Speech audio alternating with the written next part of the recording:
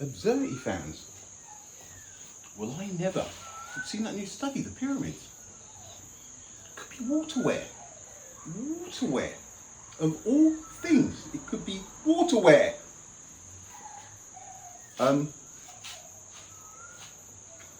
You know that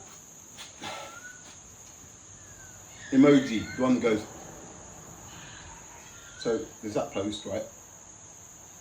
The study might say that Giza's been submerged for a long time under salt water. All these emojis. Salt water? Ocean? I don't know how to explain, right? When I look at Pyramid Giza, it takes about 10 seconds to look at it and go, that is waterware. It can't be anything else, right? Anything else is illogical, right? Nothing else makes that wear pattern, okay?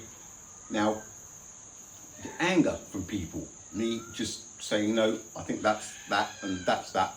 Why do you get so pissed off, right? I am pointing out things that are wrong, okay? I can understand that you might be a little bit cheesed off, that you've been ripped off over and over and lied to over and over, but that is not my problem and it is not my fault. I am not the enemy.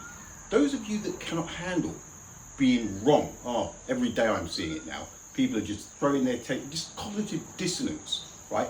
They just cannot handle it. They cannot handle it. They hate me for it, right? I'm not the problem. The truth is, you're not the problem. The problem is the people teaching the rubbish, okay? Now, this pyramid thing, I should go back on my timeline. It's been 4, 5, maybe even 6 years. They've been submerged, right? The hate. You idiot! No, Napoleon cannon shots and earthquake damage and... Right. Pyramid Giza has got about, I call it about 80, 90 meters up. Right. It's got a groove in it. 18 to 20 meters wide. In some places, right, it goes in, the wear pattern, it's 8 or 9 meters. It's the blocks of stone, blocks of 2.5 ton stone. Thousands, right? Listen. Thousands of these stones have worn away where the tide mark is. Not 2 or 3, right?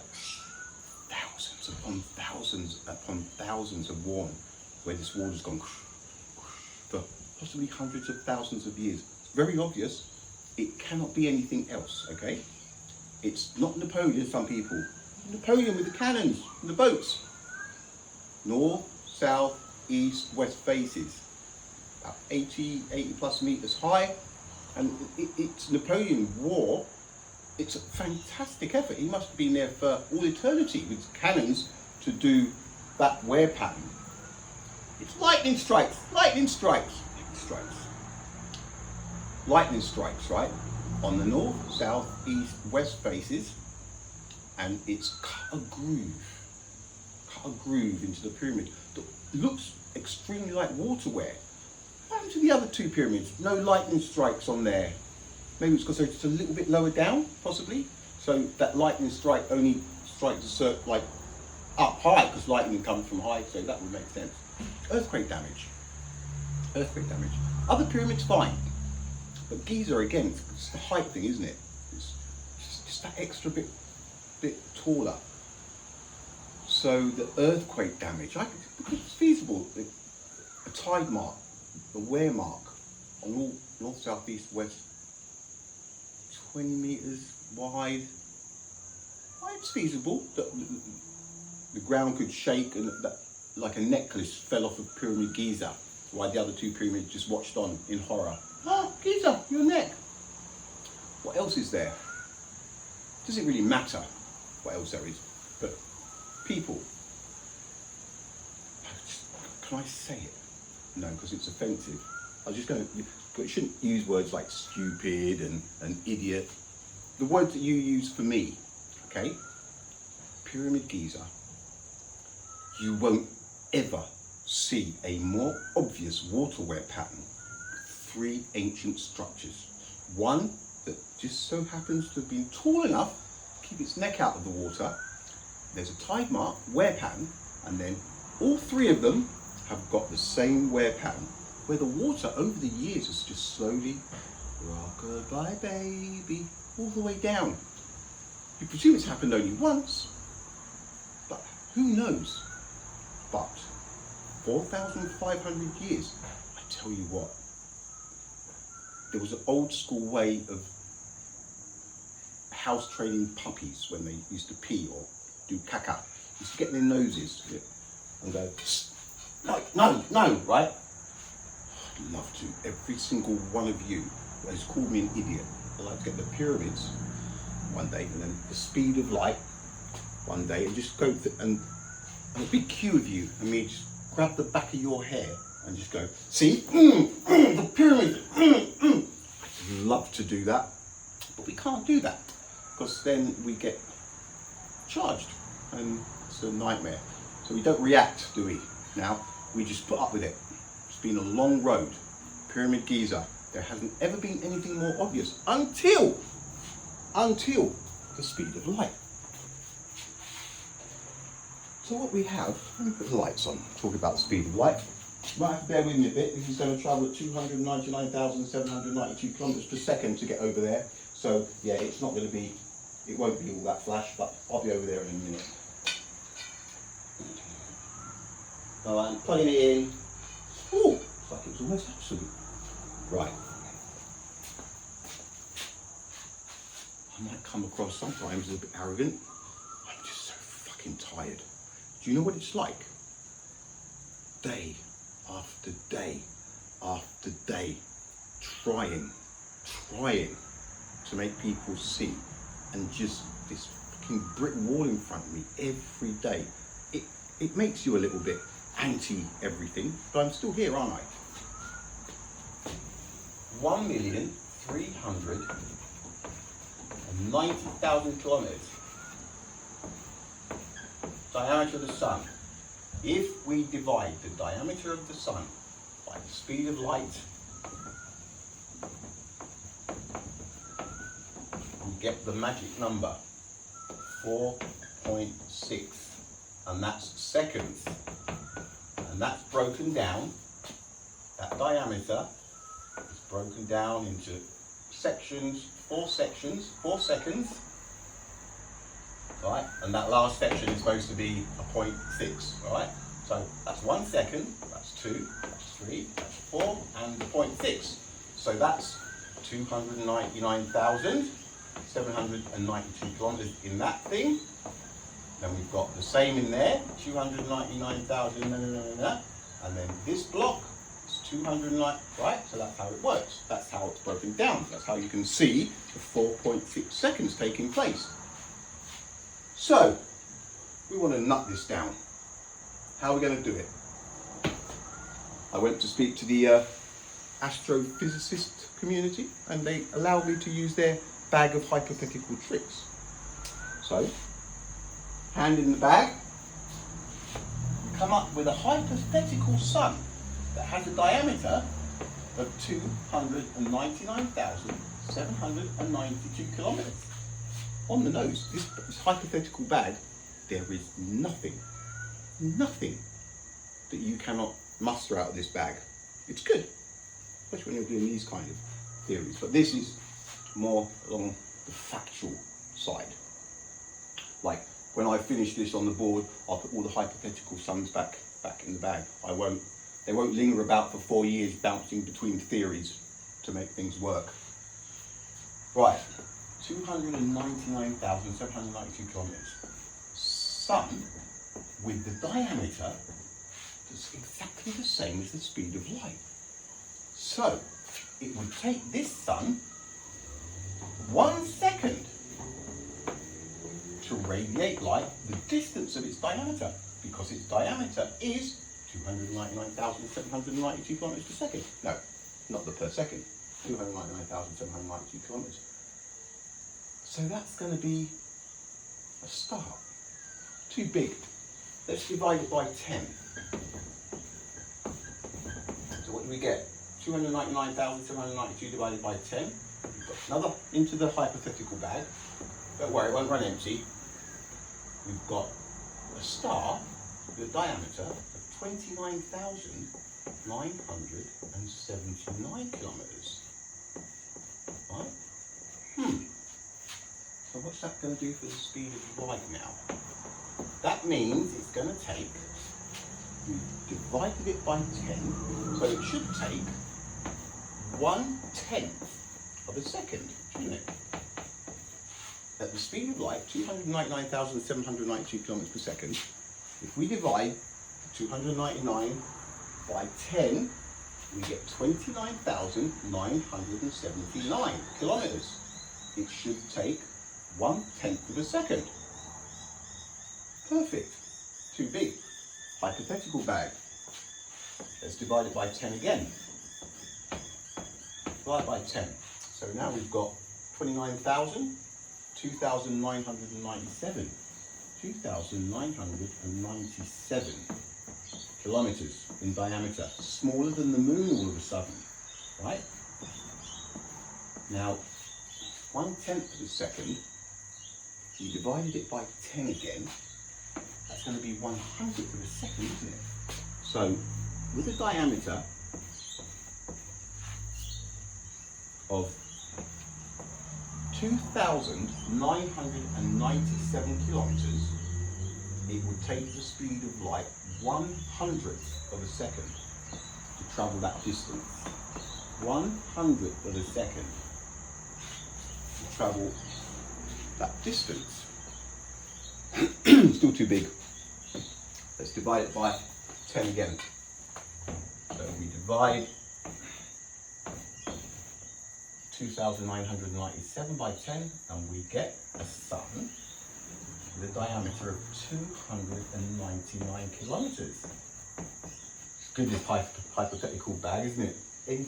Anything you want out there. Honestly, it's awesome. We've got a diameter of 299 kilometers. We divided by 10 again, that's going to be 1/1000th of a second. So at the speed of light, it will take light 1/1000th of a second to travel 299 kilometers. And we know that's right, because if we multiply 299 by 1,000, we get 299,000. It's almost like close to the moon thing, isn't it? 308, you know, but no, it's still too big. Let's divide it by 10 again. Right, divide it by 10 again. Bag, you think maybe you're not going to find the sun 29.9 kilometers diameter? Of course, there's loads in there. We now have a sun that's got a diameter of 29.9 kilometers, right? It takes light, that was 1,000, divided by 10, 1/10,000th of a second, right, to travel that distance. So we've got a 29.9 kilometer diameter sun, and it takes 1/10,000th of a second for light to travel that distance. That has got to be doable. What about those salt flats where they do the racing, the bikes in the US? That in the, what's that? What's it? Something Indian bike. What's his name? From Tastes Like Chicken. Anthony Hopkins. The something Indian. Anyway, you know what we're talking about. Sand flats. They're flat as, aren't they? 29.9 kilometers. That's the distance we need. Right? 29.9. And somehow we've got to prove or disprove or something 1/10,000th of a second. Is that doable? We've always got hypothetical bag. Let's have a look. Oh look, they're jumping out all over the shop. So you could have, let's put it down here. Divide it by 10 again, and we get 2.9 kilometres. But now we're looking at we're looking at 100,000th of a second. So it takes light 100,000th of a second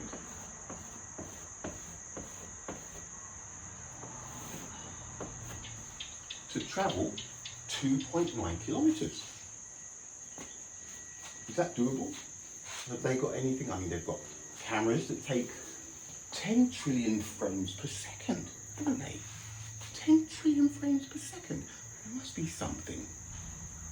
100,000th of a second over 2.9 kilometres. I mean, because when you think, if you really want to open Pandora's box, right? All you have to do is cast your mind back to 1971, where two atomic clocks worked out that they were out of sync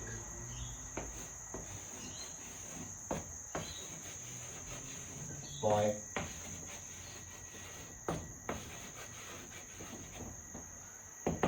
one was on 0, and I think the other clock, so it was a reading on the clocks.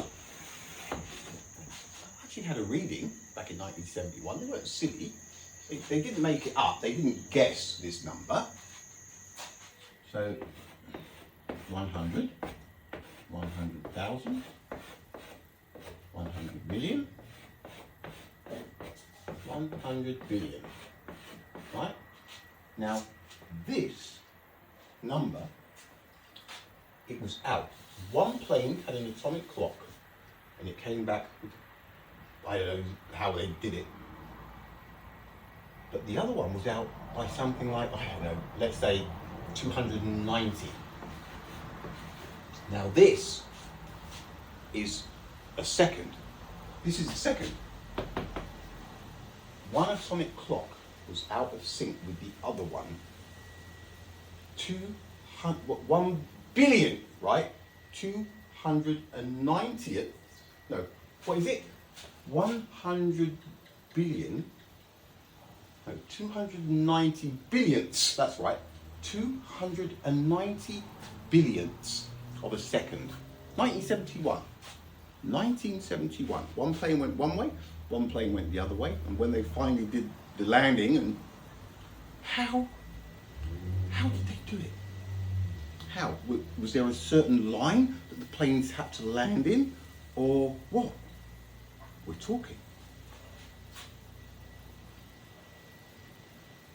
Now, they can do that, right, in 1971, but they can't do this in 2024. It's got Apollo stuff written all over it, isn't it? We just don't have the technology now that they had back then, isn't it? Right? See, these absurdities are everywhere, okay? These absurdities are everywhere. My attitude is because I get tired of people's attitude on the other side, right? I'm not the enemy. People need to start paying attention, right?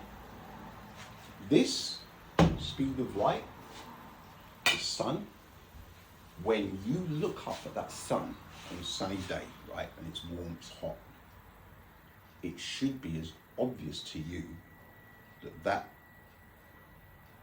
light from that sun is absolute, it's instant, there is no delay, right?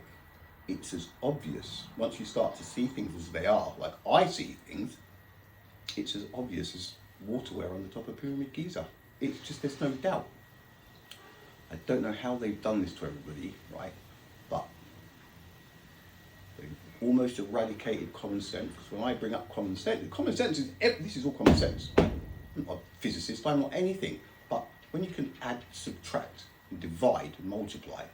The rest is common sense. There's nothing you can't do. But I say it and everybody goes bananas. Common sense. You don't know what you're talking about. I do, right? I do.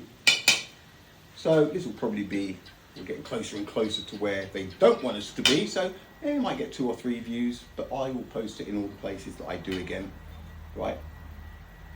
I won't stop. I know my knowledge is correct. I haven't got an attitude problem. You guys give me the attitude problem. I'm quite I'm a fun guy to be around. Top geezer, right? Top geezer. All right, I think that's going to be me for the night. I need a break. I actually slept last night, which was a treat. So there you go. 2.9 Ks from here to what, Kalki? Could we time 100,000th of a second, weed it out from clutter, noise? The thing is, the light that we're talking about is absolute, right? So you'd never have anything over that 2.9 kilometers that would be there before it to time it, if you know what I mean. Doesn't matter how fast. This 10 trillion frames per second, they need to stick that up where the sun don't shine, okay? Because it's just another absurdity, right? People believe it, and then you'll have a go at me. Oh, he says that's crap, because it is crap. I know what's impossible and what is possible. I know what's usually good judge of what's real and what's fake. And my intuition is red hot, right? So do as you will. I suggest everybody stops believing the majority just because it's the majority. The majority are rarely right. You don't even need to be copying each other. This is about, oh, what do you think? No. Think about these things on your own. A piece of paper, a pen, calculator, 10 minutes. Work things out. The logistics. Find your own angles on things. I hate it when people say, why should we believe you and not the thousands of qualified PhD personnel? Why believe me and not them? Why not freaking work it out for yourself? You see what I'm saying? Like, you've been trained not to work things out. You've been told what to think. You're now unable to think for yourselves. It's a shame, but the road back is common sense and logic. Start trusting in your own judgment. This way, they're going to put the brakes on this. I'm probably public enemy number 1 anyway. But somebody's got to do it. I'm having a blast. There's a lot more to come. All right, Pete. I really do need to chill for a bit. See you later.